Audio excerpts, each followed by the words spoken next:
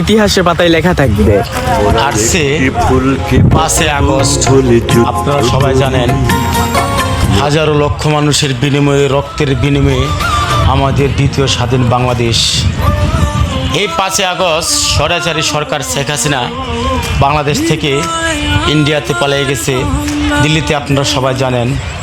এবং যারা দুনিয়ার মায়া ত্যাগ করে আন্দোলনের সময় দুনিয়া ছেড়ে আজ কবর দেশে, তাদেরকে জানাই গভীর শ্রদ্ধা ও দোয়া।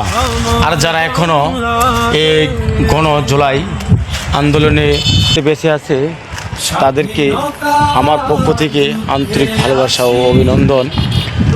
এই 5 তারিখ আপনারা অনেক কষ্টের বিনিময়ে আমরা 5 তারিখে পেয়েছি। আমি ওগুলো দেশের জন্য রক্ত দিয়েছি।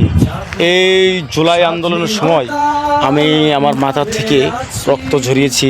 এখনও 3টা সেলাই আছে, আপনারা সবাই অনেকে জানেন, অনেকে জানেন না। এই স্বাধীন বাংলাদেশে আমরা কোনো স্বৈরাচার সরকার আমরা চাই না। যদি আবারও স্বৈরাচার সরকার কোনো সরকার হয়, তাকে আমরা ছাত্র জনতা শ্রমিক ভাই বোন মিলে আমরা সবাই রুখে দাঁড়াবো ইনশাল্লাহ।